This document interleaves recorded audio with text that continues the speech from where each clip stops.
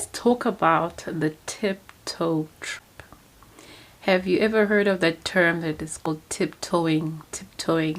Tiptoeing, as if you are just don't want to make too much noise and you're just tiptoeing. So what is the tiptoe trap?